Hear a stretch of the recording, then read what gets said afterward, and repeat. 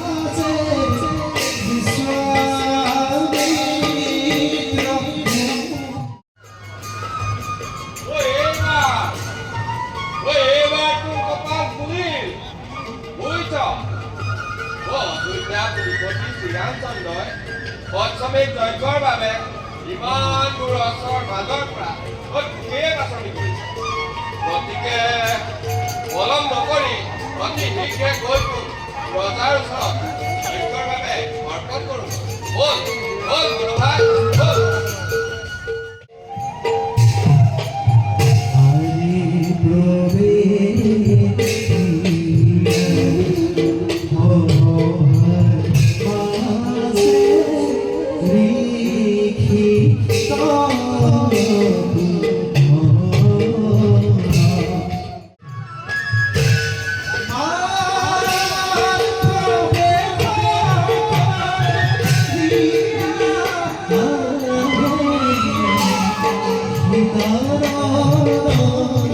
ভাওনাখন আধাতে এৰি থৈ আহিবলৈ একেবাৰে মন নাছিলে, কিন্তু উপায়ো নাছিলে, যিহেতু 11:30 বাজিছিলে আৰু মই ঘৰত সোনকালে আহিব লাগিছিলে, বিৰাট ঠাণ্ডা পৰিছিল কাৰণে। তো আজিলৈকে ভিডিঅ'টো এইখিনিয়ে আছিল, কেনেকুৱা লাগিল জনাব। Bye bye.